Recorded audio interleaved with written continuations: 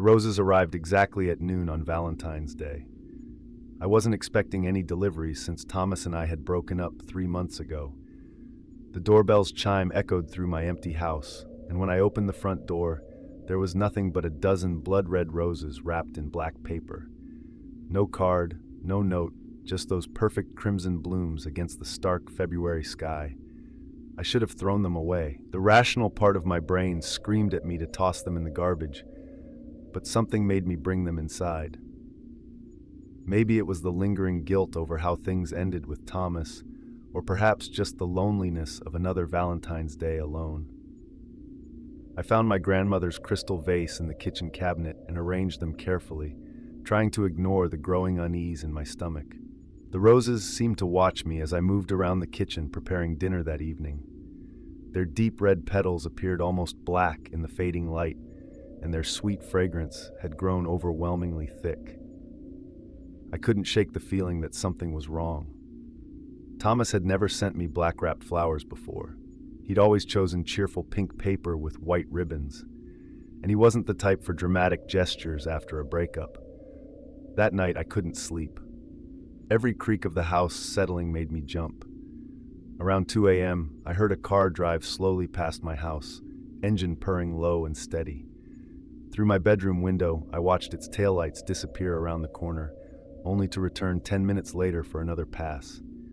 My fingers trembled as I reached for my phone to call the police. But what could I tell them? That I was scared of roses and a car driving on a public street? I double-checked all the locks and set the security system before forcing myself to lie back down. The roses' scent had somehow crept upstairs, their sickly sweet perfume filling my nostrils. As I finally drifted off, my phone buzzed with a text. Unknown number. Did you like the flowers? My heart stopped. I blocked the number immediately, but sleep was impossible now. The next morning, I called in sick to work and started digging. Thomas had moved to Seattle after our breakup. I'd seen it on his sister's Instagram. Could he have sent the flowers from there? I searched local news reports, and that's when I found it. 3 women in neighboring counties had reported receiving anonymous roses on Valentine's Day last year. 2 weeks later, one of them disappeared. They never found her body. My hands shook as I read more. The missing woman, Sarah Chen, had broken up with her boyfriend 4 months before the flowers arrived. The police investigation went nowhere. No witnesses, no body, no closure. The case went cold. The other women had reported being stalked for weeks after receiving the roses, but nothing could ever be proven. I installed cameras that afternoon, every entrance, every window. I changed the locks. I bought motion sensors and a video doorbell. The roses still sat in their crystal vase, but now they felt like a warning. Their petals had started to curl at the edges, darkening to an almost purple shade. The water in the vase had turned cloudy, despite my changing it that morning. The texts started coming from different numbers. You can't block me forever. I miss watching you sleep. The roses are dying, but my love isn't. Each one made my skin crawl. The police took a report but said they couldn't do anything without proof of an actual threat. They suggested I stay with friends or family, but I refused to be driven from my own home. 1 week after Valentine's Day, my phone woke me at 3:47 a.m. with a motion alert. Someone was in my backyard. The security camera footage showed a dark figure moving through my garden, stopping to peer through windows. I called 911 with trembling fingers, trying to stay quiet in case they could hear me. The police arrived 6 minutes later, but the figure was gone. They found footprints in the mud and signs that someone had been watching the house for days. Cigarette butts under the kitchen window, trampled plants behind the garage. An officer said I was lucky I had good locks and an alarm system. Lucky, as if luck had anything to do with surviving a stalker. I took a leave of absence from work and spent my days investigating. I created a timeline of Sarah Chen's disappearance, looking for any connection to my case. The only link I could find was that we'd both used the same dating app 2 years ago. I scrolled through hundreds of profiles, looking for familiar faces, any clue that might help. My eyes burned from staring at screens, but I couldn't stop. The breaking point came when I found the photo album in my attic. I'd gone up there looking for an old laptop that might have dating app messages stored on it. Instead, I found a leather-bound album I'd never seen before. Inside were photos of me, sleeping, shopping, checking my mail, pictures spanning months, all taken without my knowledge. On the last page was a fresh photo of the roses he'd sent me, still in their black paper wrapper on my doorstep. He'd been in my house. The realization hit me like a physical blow. He'd been in my house while I slept, planted that album for me to find. A note fell from between the album's pages. "You'll be mine again next Valentine's Day." The handwriting was unfamiliar, but I recognized the black paper it was written on, the same as the rose's wrapper. I moved out that night, left everything except what would fit in my car. I drove straight to the police station and showed them the album. This time, they listened. They took the photos as evidence, dusted for prints, interviewed neighbors. They found partial fingerprints that didn't match anyone in their database. Dead end. My new apartment is a fortress. Top floor, double locks, cameras everywhere. I changed my name, deleted all social media, switched jobs. I haven't heard from him in months. But Valentine's Day is coming again. And every time I close my eyes, I see those roses. Their deep red petals curling into darkness. Their scent a warning I should have heeded. This morning I found a single red rose on my welcome mat.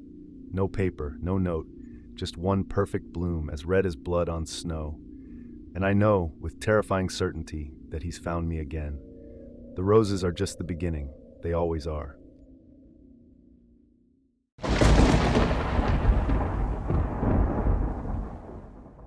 My Valentine's Day photography bookings started disappearing 3 months ago. As a content creator specializing in romantic lifestyle shoots, February was always my busiest season. But one by one, my regular clients began canceling their sessions, all switching to a new photographer in town, someone called Forever Moments Studio.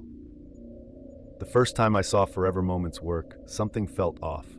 Their photos were technically perfect, too perfect. Every couple posed identically, with the same vacant smile, the same head tilt, the same hand placement. Even their eye color seemed to match, regardless of the couple. But their follower count was skyrocketing, and their Valentine's packages were selling out months in advance.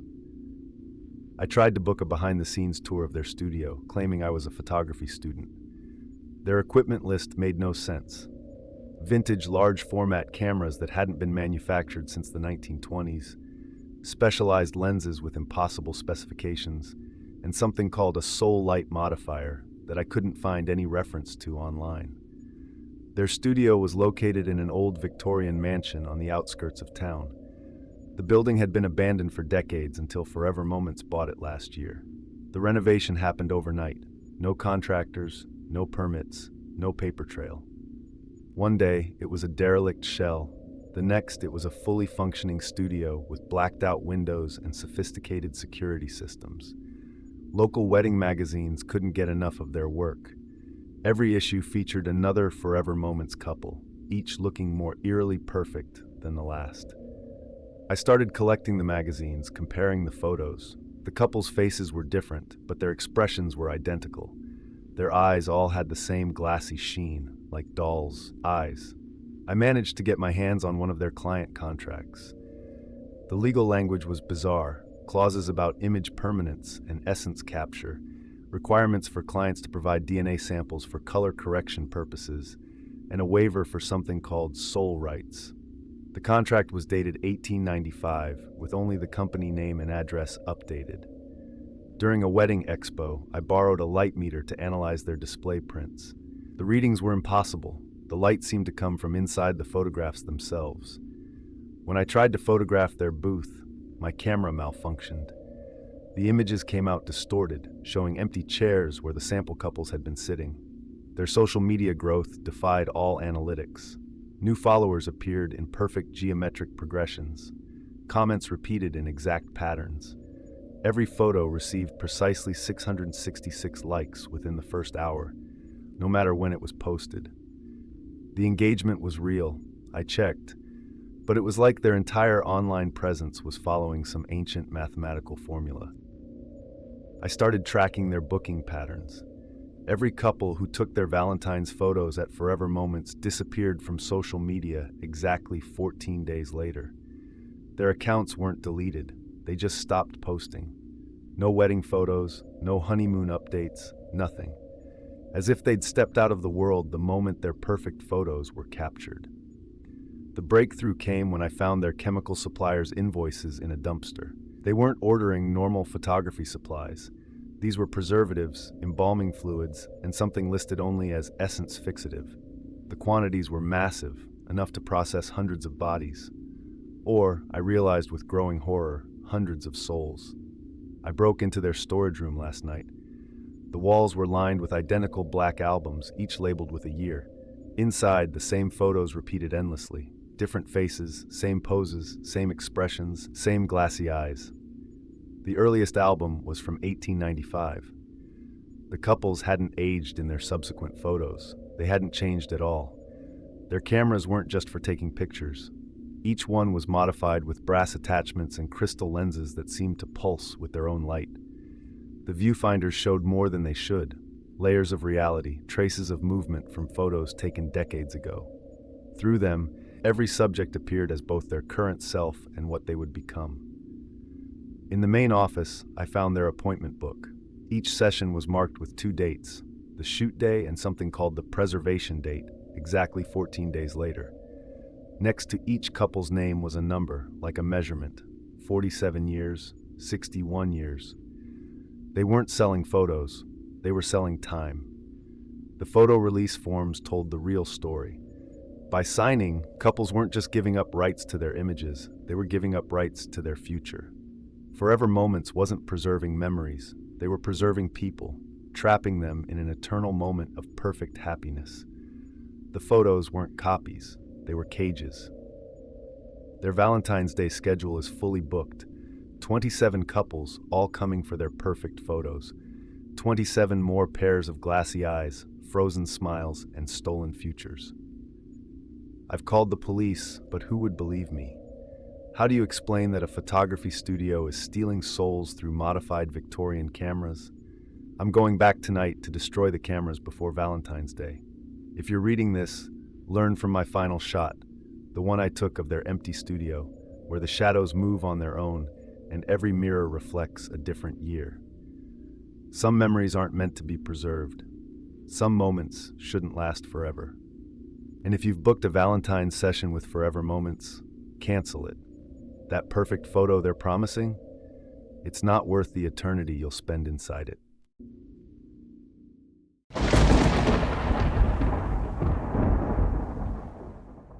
Nobody thinks about what happens to undeliverable Valentine's cards.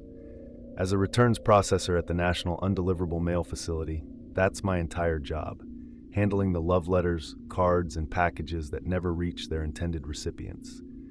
Every February, our facility processes thousands of returned Valentine's Day items, each one a little story of disconnection, loss, or missed connection. 3 weeks ago, we started receiving Valentine's cards marked with peculiar red tags. Not our standard return to sender stickers. These were different, with an odd metallic sheen and no postal markings.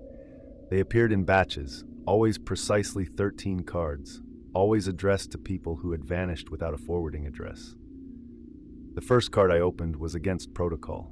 We're supposed to either return undeliverable mail or send it to the dead letter office. But something about the handwriting caught my attention. It was too perfect, each letter identical as if printed by a machine trying to imitate human writing. Inside was a simple message, "You're next, February 14th. When I checked the tracking history, things got stranger. According to our system, these cards had never been mailed.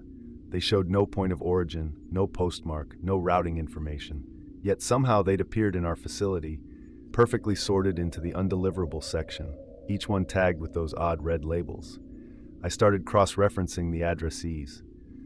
Every recipient had disappeared within the past 5 years, all around Valentine's Day. No bodies were ever found. The missing persons reports all mentioned the same detail.